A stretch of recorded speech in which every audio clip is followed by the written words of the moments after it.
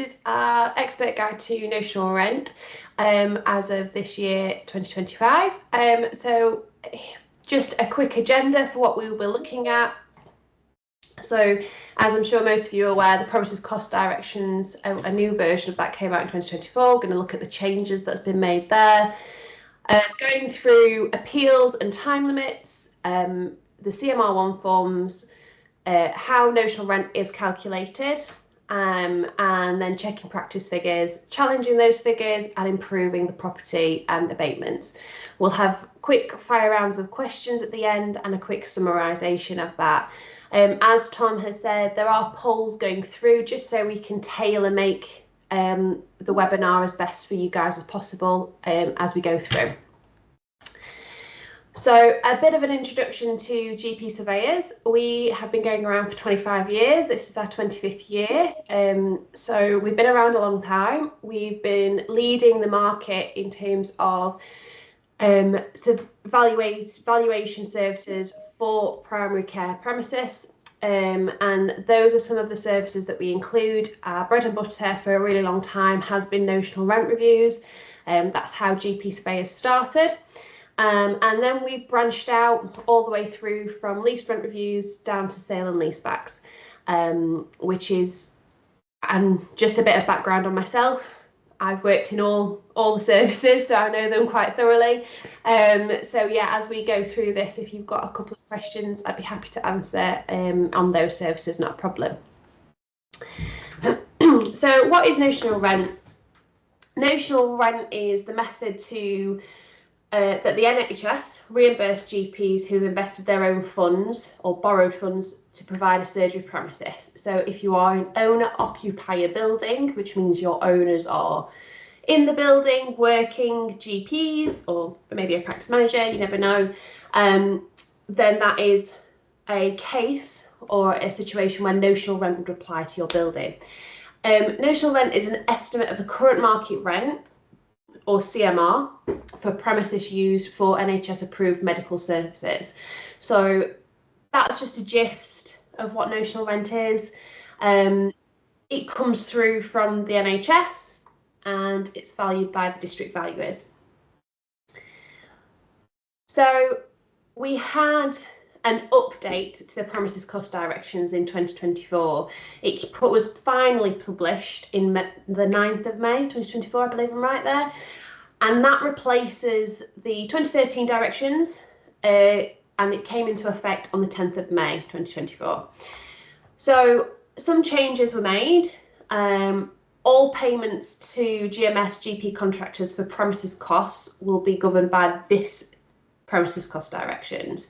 So moving forward, this is the Premises Cost Directions that we will adhere to. So rights for NHS England to reclaim over their payments and changes to grant and abatements. They were some of the main changes within this Premises Cost Direction. And they're things that we'll cover later on in the slides. Another thing to mention is that we will be discussing the time limits that were placed within this Premises Cost Direction for challenging your notional rent. We will discuss that in quite a bit of depth later on. But yeah, so this Premises Cost Direction that was published last year is the one that we will be moving forward with and the one that the district valuers will be using to value premises. So, notional rent appeal time limits. This is something that we have been questioned on a lot from different practices. I think the ICBs have been questioned on it a lot as well as to what it actually means and what actually it means in the actual use of it. So as you can see, there's two different CMR 6 figures letters there. Your CMR 6 figures letter is what will come in to the surgery as the rent that you will receive, and this is some of the wording that there'll be after it. So without the deadline, it looks like this one on the left, and with the deadline you can see it's highlighted. The new 2024 Premises Cost Directions basically states you have 3 months from the date of the letter to come back to the ICB to say whether you're going to challenge or you will automatically accept it. Now, it's a 12-week deadline to accept or challenge these figures. Some ICBs have had to take extra guidance on it as to if you came after this 3-month deadline, whether you can still challenge it or not, because other premises cost directions allow that to happen, but also your GMS contract allows you to challenge your rent. So it's which document actually precedes what we can do. So a lot of ICBs are taking extra guidance and moving forward with this. What we would say is as soon as you get your letter, just contact a primary care surveyor to look at your figures, to do a desktop valuation, and from there you can sort of have full knowledge whether you're getting the correct reimbursement within that 12 weeks. Normally a desktop valuation will take 2 to 3 weeks from the surveyor's point of view, and they will be able to come back to you to say yes, it's worth challenging or it's not worth challenging.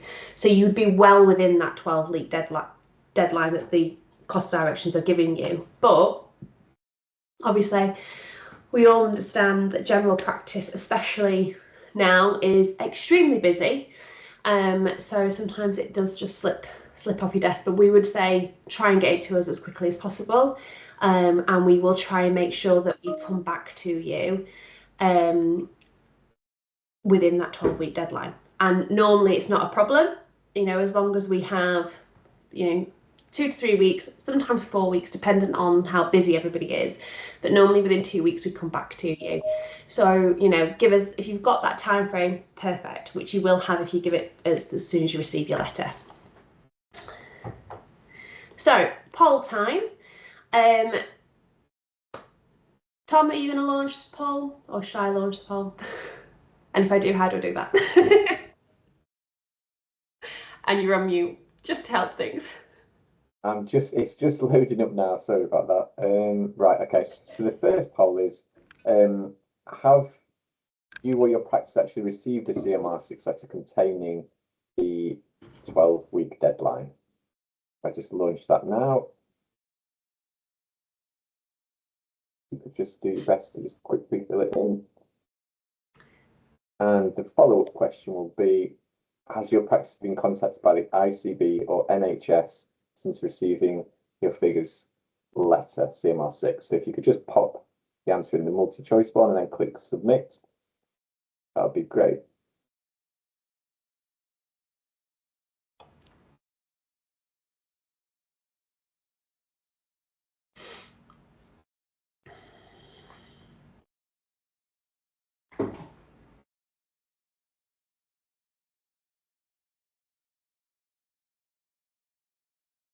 Okay, just waiting on a couple more. Tom, if you could let me know if it's not popped up on my screen like normal. Oh, okay. So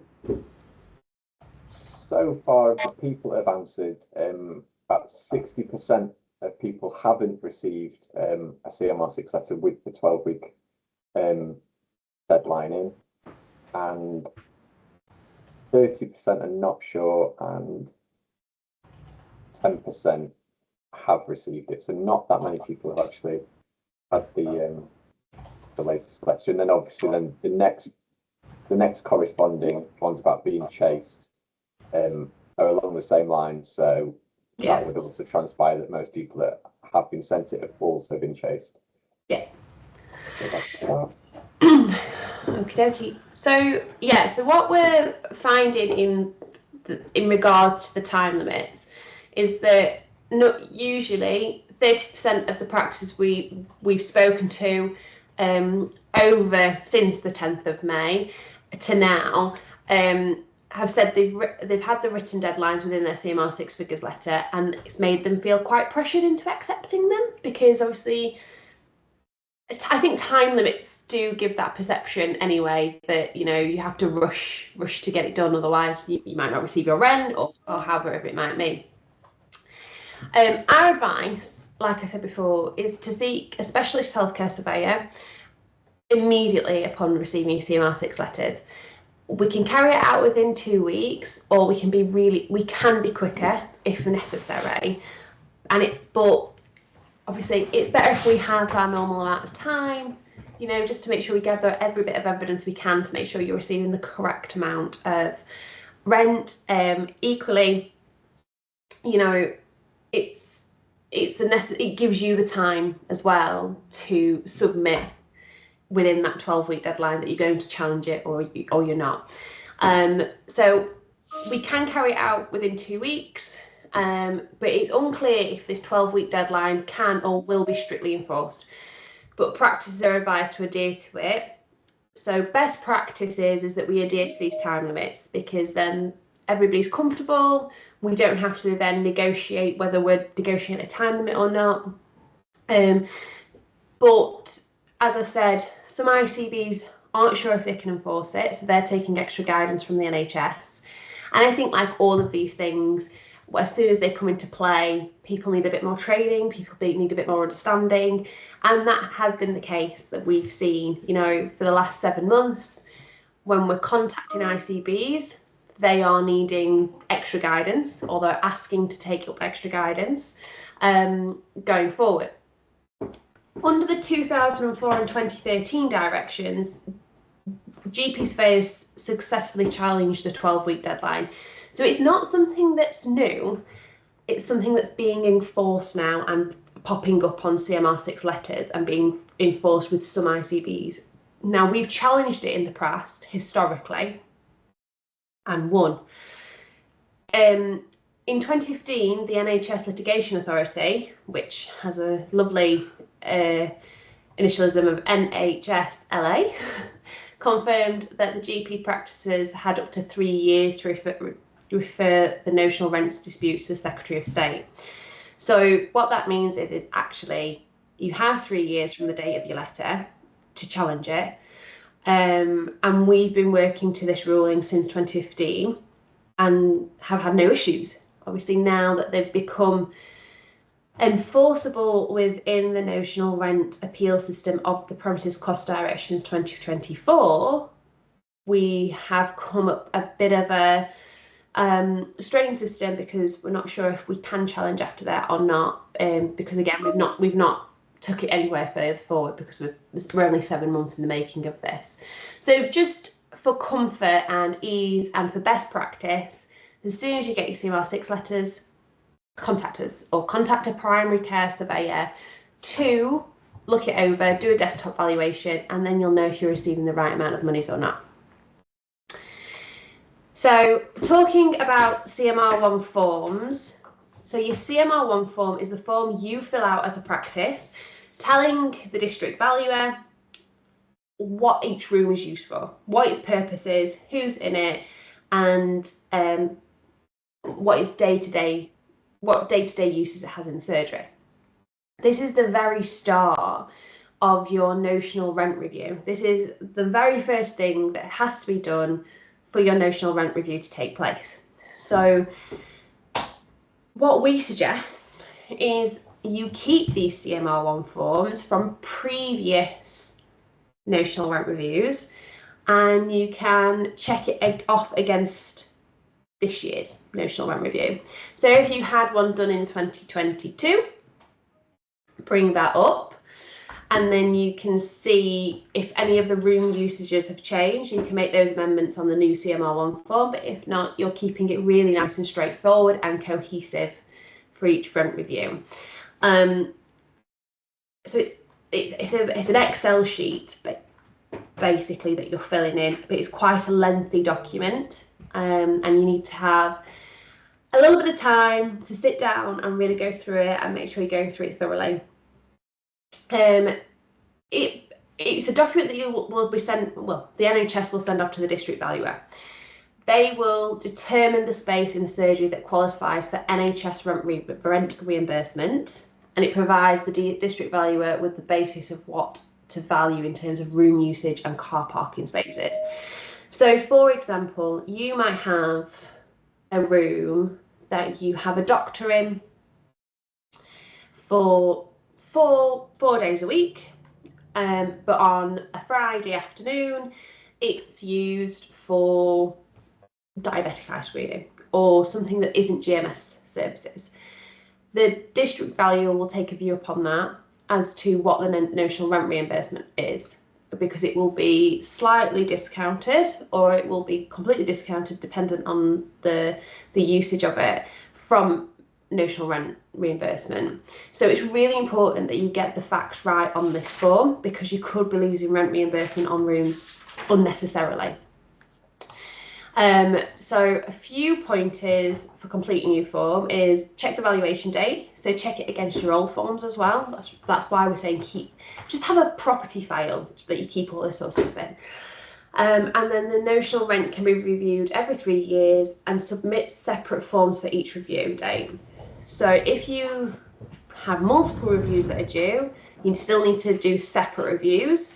But if you keep your old CMR1 forms, it makes it really easy to kind of keep track of what's going on within the property.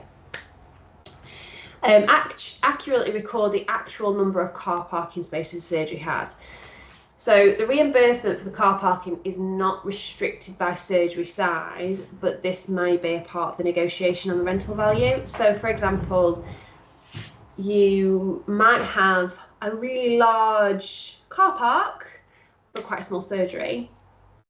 You can still have all those spaces reimbursed, but we need to know the exact amount of spaces. A long time ago, there used to be tandem car parking spaces as well that you would be reimbursed on. So you need to know if you're tandem parking. So you need to be quite detailed on car parking as well. Ensure you include all the rooms in the surgery premises in the CMR1 form. So make sure, I know this sounds really daft, but make sure you have the exact amount of rooms on the CMR1 form and one's not slipped off. We've had that happen before, you know, because you number them, or they might be named, or you know, and they just slip off, and you go, when a surveyor comes around, they go, I've counted 14 rooms, but there's only 13 on your form. And this includes rooms that are partly used for contracted services and non-contracted services. Make sure they're all on there, and the amount of time they're not used for NHS work. So you need to make sure you're specifying what the usages are of that room, when and where. Okay. So how is notional rent calculated? Notional rent is basically a mixture of all these lovely things that are on the screen at the minute: floor area, car parking, your infection control, accessibility, and age and condition of the building. So as you can imagine, the better of all those gets a higher notional rent. The worst of those gets lower notional rent. It's all these factors take into consideration. So infection control, things like roll vinyl flooring, making sure your floors aren't tiled anymore, no touch taps, those are the kinds of things that we're looking at. Automatic doors, that kind of thing.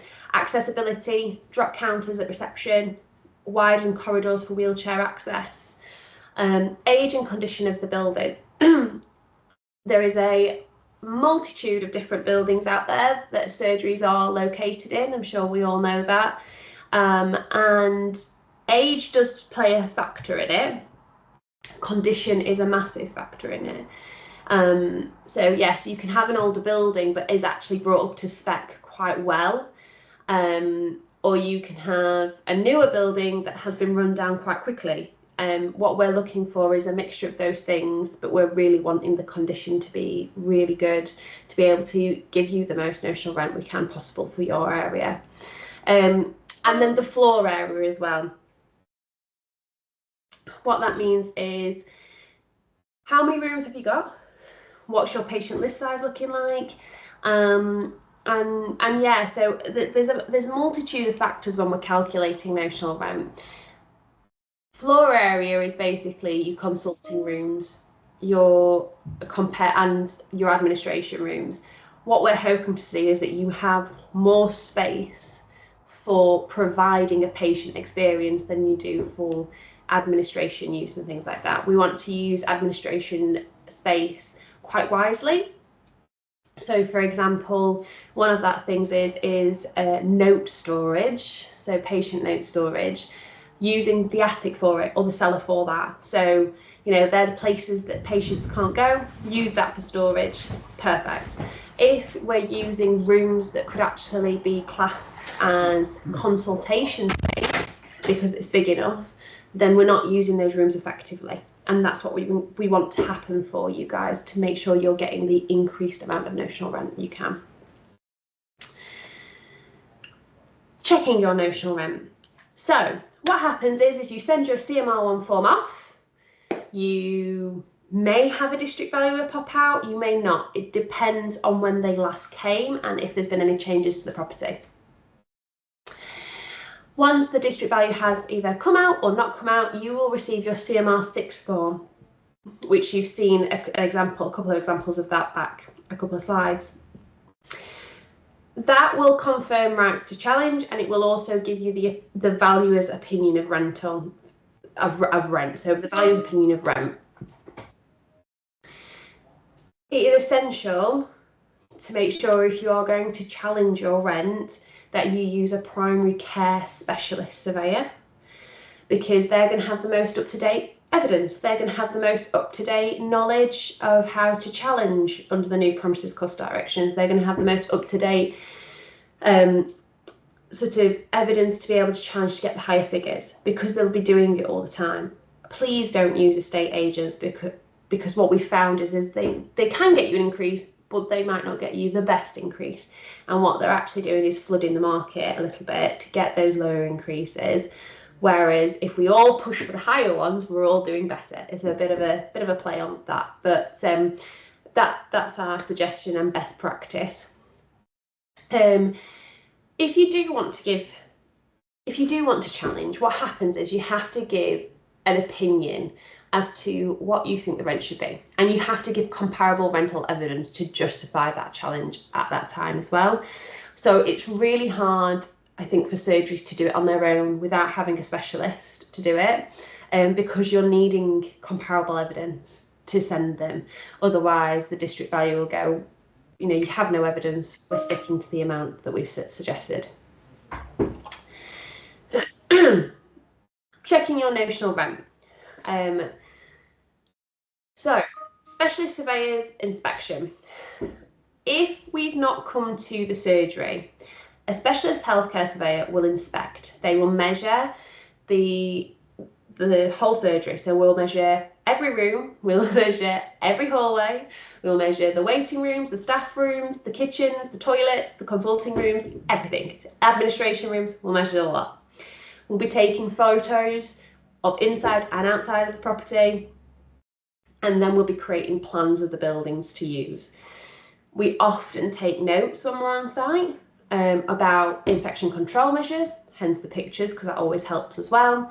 The type of flooring you have, the type of sink units you have, ventilation you have within consulting and treatment rooms, all those things we will be taking note of. It's even easier to understand the workings of the property when you have someone like a practice manager there with you to question or to speak to about how the rooms are used, who uses what, or a GP or anybody like that. It's really helpful just to have a quick initial consultation when we get there. The inspection will ensure that all the eligible areas are included within the rental valuation. Certain things may not be included within your reimbursement. Height of a room is one of the things that we can have affect whether a room goes into rental negotiation or rental reimbursement at the start. If you have sloping roofs, it has to be over, I think, 1.5 metres for it to be classed as a room to be useful for patient experience. So what we found as a little trick of the trade is, for any of those rooms, if you have sloping roofs on them, is that we can do a measurement of the room with the full height, and then those side bits that have sloping, use it for storage, use it for cabinets, whatever it might be, to get rid of some more storage, and then you can use other areas for better medical use. Sometimes stores, patient toilets and corridors can be missed off on district valuers inspections. So it's really important when we're going around, we're seeing the whole building. Just as important as if when the district valuer turns up, they're seeing the whole building. Make sure everything is mentioned in your CMR1 forms, but equally, if one of us is coming to site or we're both coming to site, make sure we see everything. You know, talk their ears off about what goes on in the surgery. We also negotiate to make sure plant rooms, covered pram areas, staff shower rooms, entrance lobbies are included in the rent. So we are trying to push for the maximum amount of space possible to be in your NHS reimbursement areas. So, yeah, go Tom. Oh, okay. Do you just want to summarise that bit, sorry, and then I'll pop the questions in. We've just had quite a few. That's all. Yeah, no, that's cool. I did see some popping up, so yeah. So checking your notional rent factors, premises size. So yeah, make sure no matter what size you are, you're covering off every nook and cranny of what the surgery is used for. Comparable premises. So what that means is, are there premises or GP practices in the local area that are similar to you? In age of property, in size, in sort of infection control risks, and what those differences look like as well. What the local area is doing. So are you seeing an influx of patients? Are you having housing developments? Are there going to be new doctor surgeries coming up in the area because of those housing developments? They're all really good things to know within the area as well. State of repair. This is a huge one because technically, state of repair is making sure that the patient experience is safe, good, and when they're entering the consulting rooms, the infection control is really good as well. But obviously, as a building, you need to make sure the roof's not going to fall off. So that's another thing to mention. It doesn't necessarily get you a higher notional rent to make sure your roof is sturdy, but it makes sure you're not losing notional rent because it's not. So it's a very fine balance. Accessibility. So this is a huge one. This is one that not everybody can do, but we strive to see if we can. Is, you know, if you're in quite an old building that's a converted building, it's sometimes really hard to widen your corridors to have wheelchair access. It's sometimes not appropriate for you to have drop counters put in because you don't actually have the facility to do so or the amount of space to do so. So it's making sure the areas that you can improve accessibility, wheelchair access for the reception, wheelchair access for the front of the property with ramps, disabled toilets, all that sort of stuff is put in, if it can be put in. And I think we'll round off there and I'll answer some questions, then go on to this. Okay, we've got quite a few and some ones that I've not come across before, so it'll be a bit of some good ones for you today. Hill has asked if GMS rooms are used for non-GMS activities on a weekend, when GMS activities would not normally happen, would this negatively affect the notional rent? The rooms would be empty otherwise. So it shouldn't do, no. You do need to check your contract whether it allows that. Some contracts don't, so you do need to check that your contract allows open use over the weekend. But no, it shouldn't affect it. So normally CMR1 forms ask the usage Monday to Friday of the property. So it shouldn't negate it, but I would just have somebody check it over just to double check. But yes, like I say, most CMR1 forms, when you're reading through them, it's the usage from Monday to Friday. So it shouldn't affect your notional rent because, as you say, you're not offering patient services and your contract is only Monday to Friday working hours. Okay, next one is, what is a reasonable amount of time between ICB receipt of your CMR1 form and you getting a CMR6 from them? Reasonable, and what happens? Very two different things there. Reasonable, anything between a week later and a year later, I guess, but it depends. District, I think the thing I am very aware to say to you is district valuers are highly overrun with work at this moment in time. They are extremely busy, you know, and they are unfortunately, you know, there's not a lot of them. So you do have to wait your turn a little bit when they're coming up with their rental valuations. I would say if you've not heard anything in the first 3 months of you sending your CMR1 figures off, you can always chase. But you should have it within sort of, I would say 3 to 6 months is kind of a reasonable thing. I would definitely say we've had people waiting 1-2 years for their figures letters, but they do backdate everything. So if that's another thing to mention, they definitely backdate the money. But it's how long a piece of string is, unfortunately. District Valuer's Office is highly overrun with work. They're doing lease work, they're doing rates, they're doing notional rents, and there's not a lot of them when you look at the country. There's not a ton amount of district valuers just sat there. So yeah, definitely worth mentioning it. And yeah, unfortunately, like anything with the NHS, it's how long a piece of string is. Yeah, we do get quite a few historical reviews, don't we, Bex? And yeah, we do multiple reviews about them because they've waited so long. Their next reviews have come out. So providing people don't accept them, we can challenge them. So that's, so as long as you're not accepting the figures as soon as you come back in, and what I mean by accepting the figures is ringing them or writing to them to accept the figures in any kind of form, we can challenge it, and we can challenge multiple reviews. That's not a problem either. You know, I'm definitely sure we've got one at the minute where we're challenging 4 reviews currently. You know, so we can definitely do that. That's not a problem.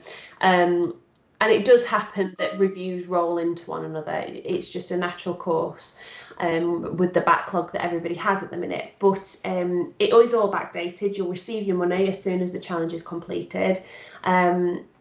Although maybe with a little bit of chasing, but yeah, it is backdated. So you're not losing anything by not having it come to you straight away, the CMR6 figures letter.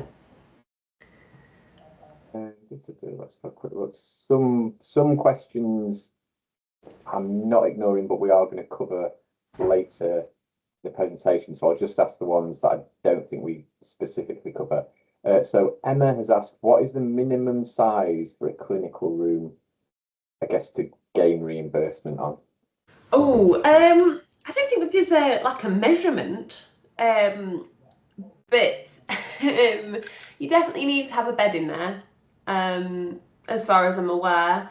Yeah, I don't think there's a minimum requirement. However, don't quote me on that because I haven't seen it documented as a minimum requirement. But be sensible. Don't be using, you know, Harry Potter's cupboard, as it were, as a consultation room. You know, you need to be able to have the patient there, especially since COVID. I think this is the thing. Since COVID, the NHS have been very wary of infection control, rightly so. You know, a lot of surgeries put in a one-way system, and they've stuck to that one-way system. So I think as long as you can adhere to the fact that the patient isn't as close to your doctors, and you have safety measures in place to allow for, you know, safeguarding and all that sort of stuff, then you can have any size consultation room you want. I have definitely been out to surgeries where they've had too big a consultation room. Like, if you split this in 2, you could have 2 rooms, get double the amount. And it's being sensible and wary. I've never ever come across one that's been too small, so take that as you will. The next question is probably a little bit more of a complicated question, or a dependent question. Is there a ratio? DJ has asked, is there a ratio between market value and notional rent? Ooh, a ratio. I love the word. I guess a correlation, I would guess, would be like. So there is a correlation. Yeah. So there is a correlation. You know, if you get a higher rent, you're going to get a higher value. That's generally the opinion. It's not a case of you. I mean, I hear all sorts from times it by 15, because if you have a lease in place for 15 years, that you just times it by 15 the rent, which is not the case. Otherwise, I think surveyors would be out of a job quite quickly. you know, but rent does have a massive effect on your value, a huge effect, because that's what any investor's going to gain from buying you. So yeah, so there's not a straight line conversion other than the higher the rent generally states to a higher valuation, and that's because if you've got a high rent, what you're saying is that you've got a stable practice, the infection control is really good, you've got quite a good floor area, you know, your consultation rooms are used for GMS pay specifics only. And so yeah, so your rent reflects numerous things going on with the building, and then your valuation reflects the building and the rent. So yeah, there is a correlation between the two. Okay, we've got more questions, but we'll get through those, otherwise we'll not get through the rest of the process. And if we've not answered the question, we'll come back to them at the end, or you'll maybe have to hang on past 2 o'clock. Yeah, not a problem. Okay, so factors that are definitely overlooked, or that I have seen overlooked numerous times, are corridors, attics, basements and storerooms.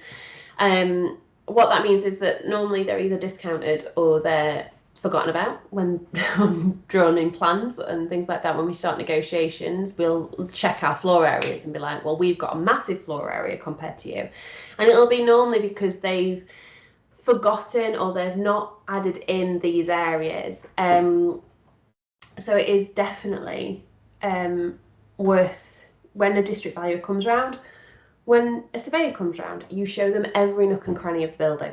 That's my best advice I can give you, because these things tend to be overlooked and forgotten about. So moving on, here is some examples of attics that are eligible for notional rent reimbursement. So as you can see, there's a sloping roof on all of them, but they are eligible for notional rent because they are used as administration. You couldn't obviously put patients in here, which means it's a lower value of rental reimbursement because you're not using them for patient areas, but you're still using them for GMS services because you still need to store your notes somewhere, you still need to store your sharp bins somewhere, and going forwards. And this is a perfect use of these areas. Bin areas. Bin stores and bikes that are eligible for notional rent reimbursement, they're covered, as you can see. So covered areas is a good one. Sometimes when they're not covered, it's hard to negotiate them into the building because they're not part of a building. So these are all covered spaces. Cellars or basements, eligible for notional rent. As you can see, I think this picture on your right, that's got notes in boxes on the floor, I do believe they brought their notes down to make it look like they were using it for note storage. I think the day before the district valuer was meant to come out or something like that. So they got it reimbursed because they could show that they're using it for patient note keeping. But as you can see on the left, they have shelving. It's definitely been used there. But I always look at this picture and go, did they just do that on the fly? But yeah, there we go. Areas used as storage at less than 1.5 metres high that are eligible for notional rent. So as you can see again, I think the one on the left is classed as attic space, again, because you can see a ladder coming up to it. But that's been included in notional rent. Again, this has got a sloping roof on it. They've used it as a bin store for sharp bins and things like that. Fine, not a problem, still included. And so these are different areas you can have. External sheds that are separate from the main building of the surgery. There's no fit out, there's no light, there's no security. It's a shed, basically. These were agreed at 50% of the ground floor unit rate. So they are a discounted reimbursement, but they still got money on it. So things like this is a really good kind of progression, I guess. If you are busting at the seams of your surgery, if you've got space, and by what I mean by space is garden space that nobody's using. Don't use a car parking space for it. Use space that isn't being reimbursed to put a shed on there that you can store things like paper towels, sharps bins that are empty, and things like that in there, because you can achieve a partial rental reimbursement on there, and every bit counts. So checking your notional rent. A specialist surveyor will inspect and use the facts collected on site to check the district valuer's facts within the CMR6 figures letter. The surveyor will compare the facts with the local comparable evidence of GP property rents that have previously been agreed with DV. So they'll come back to the office, they'll gather up all the local information on GP properties within the area that have agreed rents on there, to then start bringing in comparables to assess whether notional rent should be challenged and if it's appropriate to a challenge. I'm going to do a little bit of praise for us. We have the largest database of GP practice comparable evidence in the UK. We've carried out 300 rent reviews a year and been in business since 2000. So our comparable evidence is huge. It's massive. So we have quite a lot of knowledge nationwide about what's going on with GP property, what's going on with their rents, what we can't include, what we'll push to try and include. So surveyors should only be recommending a challenge where they believe there's sufficient facts and evidence to support it. So if we've got more evidence, we can support higher rents and support the right to challenge. So yeah, it's definitely something to look into when you get your CMR6 figures letters. When a surveyor is appointed, so when you've found somebody you like or somebody you're going to use, and they've been out, they've measured the area, they've done an evaluation, desktop valuation at back to compare to everybody else, they will negotiate with the district valuer and seek to agree a revised notional rent figure. So they will go away, they'll contact the ICB for you, they'll contact the NHS, get a district valuer reappointed to this case and start discussions. The issue with negotiations, again, I'm going to use that trusted saying, is how long's a piece of string? It can take anything between, I think the fastest one I've ever heard of being completed has been completed within 3 months. But I've heard them take a year, take 18 months, dependent on what's going on. And the reason for that is because, again, we're negotiating with a third party. We're negotiating with district valuers. It takes a while to get a district valuer instructed. Again, it takes a while to get the district valuer to speak to us because they're so busy.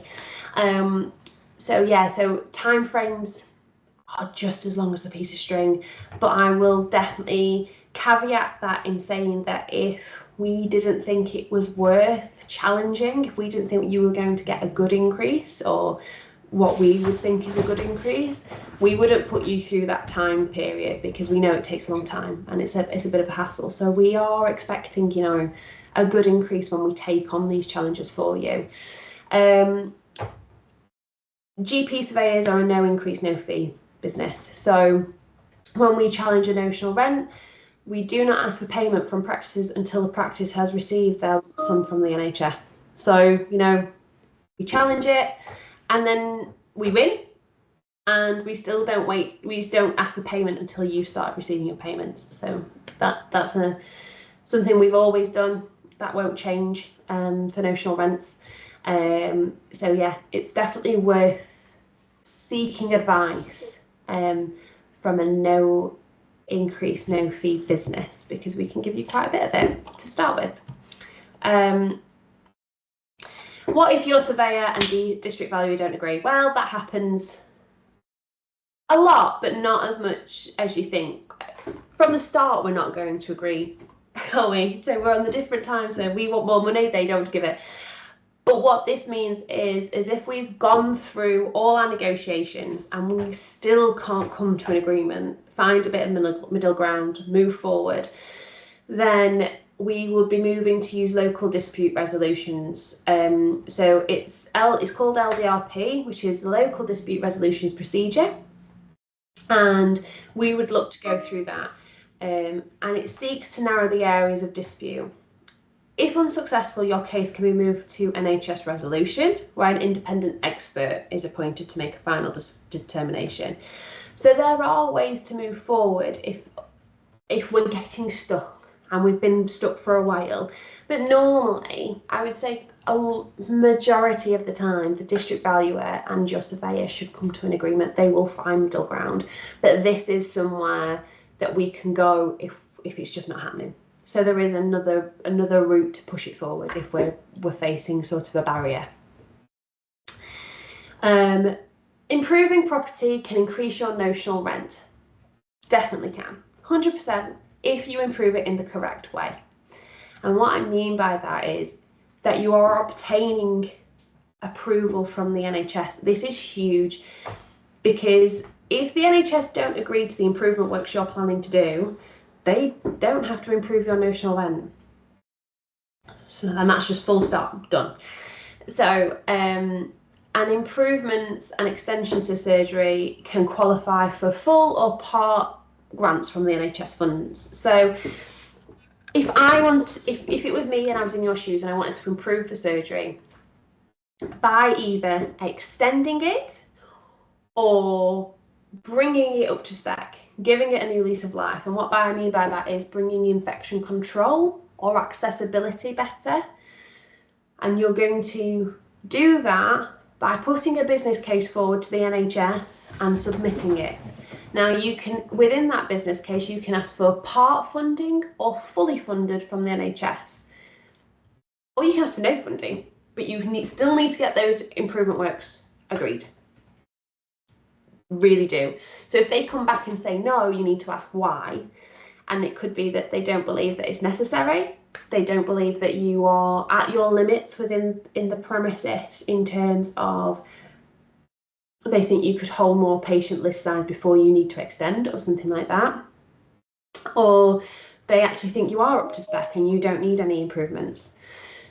If you do not get approval from the NHS, you are not going to receive a higher notional rent.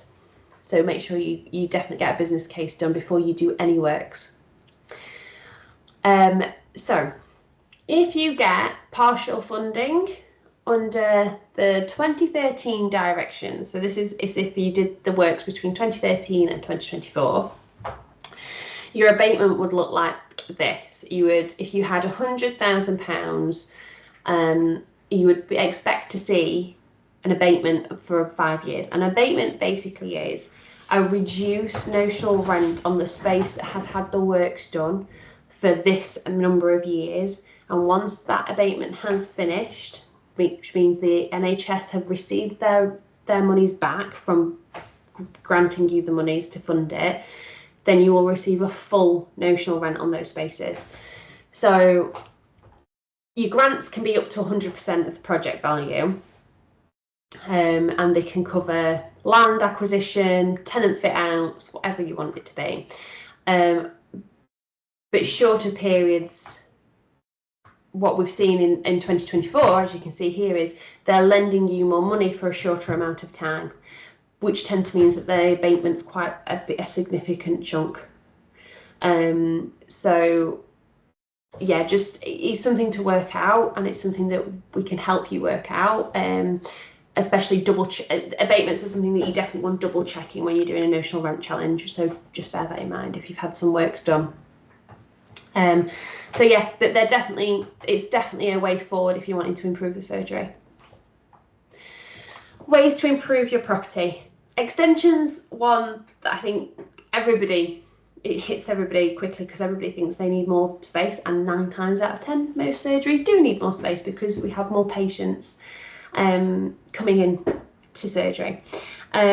So after the abatement ends, the surgeries will receive the full rental increase for that extension. So what it means is if you had an extension, you've had 2 consulting rooms built, those consulting rooms will be abated by a certain percent. It could be 50%, it could be 30%, it could be 60%. That's worked out before the build. And then after 6 years, you'll receive a full amount on those rental reimbursements. Modernising infection control, again, this improvement work can increase the rental unit rate overall for the surgery. And accessibility. Accessibility is a good, easy win. It could be automated doors, it could be drop counters, it could be levelling the entrance threshold or installing a lift or all these types of, or grab rails. These types of things are great for quick, easy wins. So yeah. So a little summary, and then we'll have a blast of questions of what we've got a few. You've got a few. Okay. Yeah.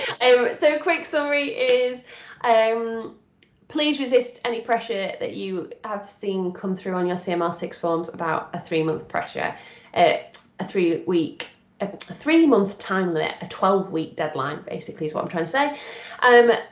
And just get a surveyor to check it as soon as possible. As soon as it comes in, send it across to a surveyor. From there, you can get somebody to challenge your review. GP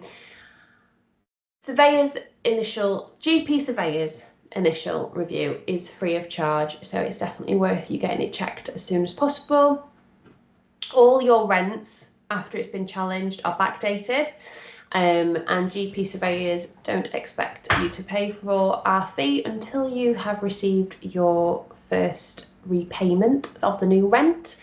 And reviews are all independent of each other. If you've had an increase last time, there's nothing to say you won't have an increase this time. So yeah, you want them checking every time round, and the surveyor doesn't have to come out every time unless there's been a change to the building. So, you know, these challenges can get a little bit quicker in terms of us reviewing it. So yeah, that's probably a quick summary, just because I know there's tons of questions. Okay, should we just pop up the contacts then for anyone that does need to bob off? Yeah, there we go. 5-minute warning just popped up. Right, so I'll go through these top to bottom, so whoever's been waiting the longest. So Rachel has said, you say that the NHS will backdate the increase in notional rent. What about if it's reduced? What happens in this scenario? They will claw back the rent. So no surveyor worth their salt would take on a case if there is a risk of reducement, and we try and negate that at all costs. So if we think there's a risk, we will let you know about it and move on. There's several reasons why you could have a reducement. It could be that, you know, you've been being overpaid and they've not realised, or you've got an area that shouldn't be included in notional rent. There's different. We would advise you as soon as we've been made aware of it. But yeah, if your rent is reduced, they can claw back the rent that they've overpaid, and it'd look like an abatement. Okay. So the next question is from Christy. Should we be adding in corridors on our CMR1 form? Yep. That's a quick one. Yeah, add everything into your CMR1 form. Oh, unfortunately, Rachel wasn't able to see the slides. Must be a technical error. She's asked, what can an attic be used for? An attic? She couldn't see the picture because she couldn't see the pictures. A quick, easy win is patient notes. That's brilliant use of attic space. Stock room, like keeping paper towels in, all that sort of jazz, cleaning products, anything like that. Depends how accessible your attic is, I guess. But yeah, and also obviously it sounds obvious, but the condition of the attic, like if it's damp. Yeah, if you've got damp, don't put patient notes up there. Exposed to elements, yeah, those kinds of things are quick, easy wins for you.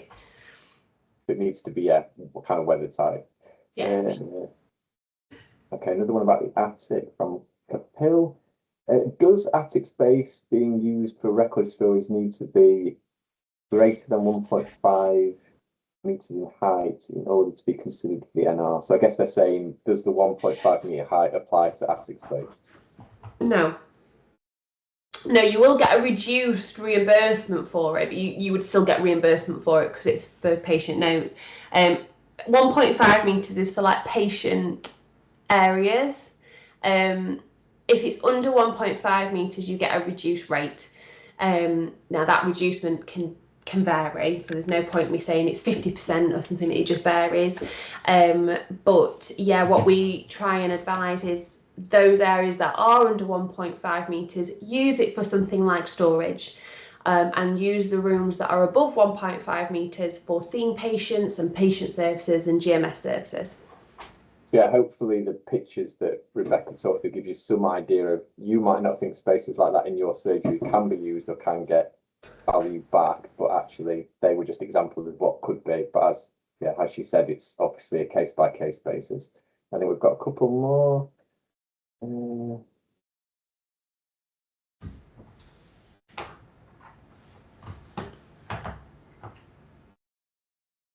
Okay, so this is in terms of leases, so it's a little bit off the topic. Does NHS England assume a 15-year lease, internal decorating and maintenance?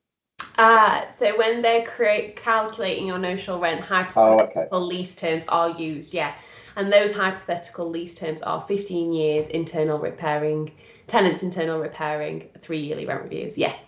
Yeah, that is something that the district value uses to be able to create the valuation, but it is a hypothetical lease. And I think that's all. I think that's all the questions. If anyone's got any more questions, I mean, our contacts are there, so you can always email us anytime. We will be sending out the slides after the presentation, along with a recording of the video, so you feel free to share with colleagues. And just let us know if you've got any more questions now, or just get in touch on the details below. We'll just hang on a couple more minutes.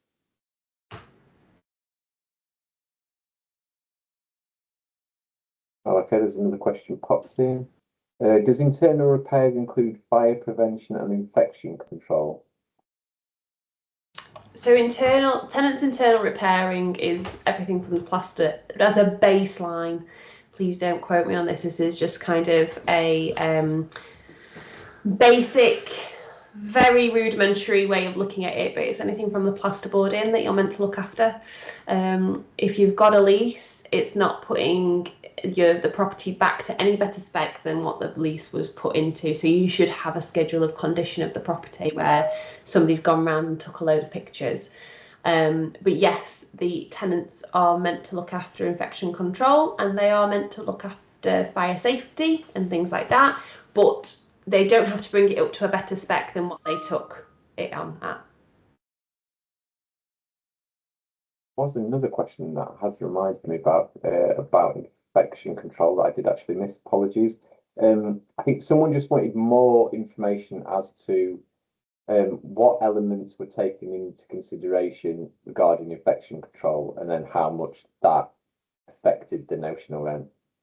So, like carpet versus vinyl, if I can say that. So that would be an example I would think of. Probably meant. So it is really. A surveyor's going around and taking photos of this practice. District valuers do the same. And what they're wanting to see is to make sure that your infection markers are low in terms of how you carry out procedure. So infection control risks are things like if you've got carpet in treatment rooms, that carries a huge amount of infection risk. If you've got roll vinyl that can be mopped, cleaned, sanitised pretty swiftly, pretty quickly, you're not having to worry about carpet fibres retaining infection, then that's a higher risk, and you would get an increased rent for that. There isn't a scale, there isn't a tick chart, unfortunately. This is all a matter of opinion. But yeah, if you're talking about the best spec in the world, you are wanting to see automated taps, you are wanting to see automatic doors, you're wanting to see roll vinyl flooring, you're wanting to see beds with paper across them that are actually you can wipe everything down. Basically, as long as you can bleach and wipe the surface, then that's a good infection control, and less is more. But if you look around your consulting rooms and you've got things like tiles, you know, where there's grooves and things like that that run a risk of infection. If you've got old style taps where you're having to touch them to turn them on and turn them off, you know, that runs a risk of infection, because once you wash your hands, you're touching the tap that you use a dirty hand to turn it back on with. So there's all those types of things. It doesn't have like a list. It's not a list and then a price next to it. That's all I can say. But it does carry weight with your rental reimbursement. Okay. One last question from Rachel. We have been trying to renegotiate a lease since 2013 and it's still not agreed. Wow.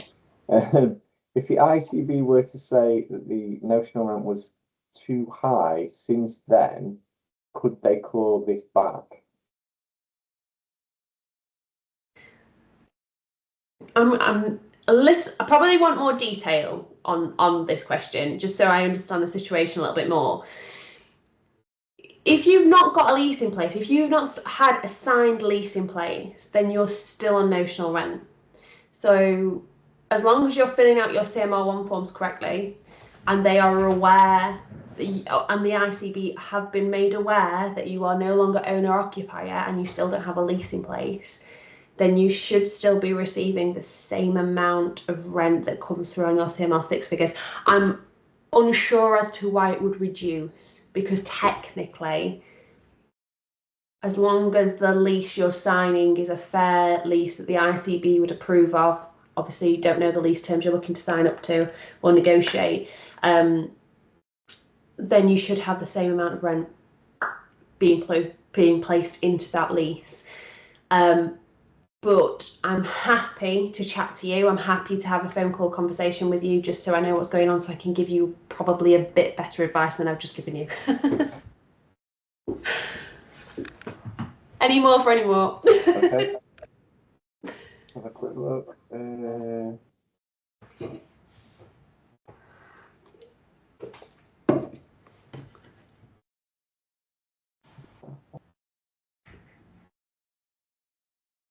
I don't believe there are any more questions. Cool. Lots of people leaving and saying thank you. So, oh, another question's popped in. If you're retired from the practice and are the owner, does notional rent stop? Should do. Technically, if we were looking at it black and white, if you are the retired owner and there are no more owners in if you're a retired owner and you own the property and you no longer work within the premises, a lease should be in place. Black and white. I would say there's a lot of grey in there where a lot of surgeries don't run that, because there may be a gentleman's agreement or whatnot, a handshake or whatever it could be. But yes, technically and best practice, there should be a lease in place. So obviously the notional rent changes to lease rent. It's not that it, yeah. Yeah, so you wouldn't have notional rent anymore. You would have lease rent. Obviously, notional rent only applies to owner-occupied properties. Okay, another question. What if the property is owned by one of your limited companies or by another spouse? So again, that's again same best practice. The names have to be the same. Owner-occupier names have to be the same. If you are owned in a company or you are owned by a partner or some, if you're owned by a limited company, you need a lease from the limited company to the practice, to the tenants. You shouldn't be receiving notional rent. You should be on lease rent. If you have anybody who's not within the practice, who owns the practice, you should be on a lease rent, not notional rent. The only time you should be on notional rent is when you are owner-occupier, and owner-occupier is the same people, aka the names are the same, who own the property and are on the GMS contract or work within the practice. But that is a very black and white way of looking at it, and that is the extreme of best practice. Okay, another question. Busy today. Oh, another one's popped in. Okay, do you assist with negotiating leases with the ICB? Yes. Yeah, one of our bread and butters. Yes, we definitely do. And happy, I mean, all our client managers are happy to speak to you, but I'm obviously happy to chat because I've obviously been on here. But yes, we do a lot of lease work. We create a lot of leases. We do lease rent reviews. So yeah, our knowledge is endless on that account, I guess. Any more, Tom? There was one more, but I think we've just answered it. So I don't know if the question popped in after you'd actually answered it. So I'm just querying.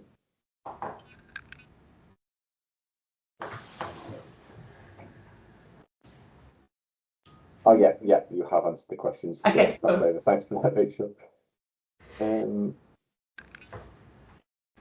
Okay, last chance for anyone to ask any questions. Well, it's not the last chance, but we'll just be here. You can obviously contact us on the details on screen. Okay, I think that's it then. Brilliant. Well, thank you everyone for coming, and thank you, Rebecca, for presenting. No, thanks everybody. Have a nice day.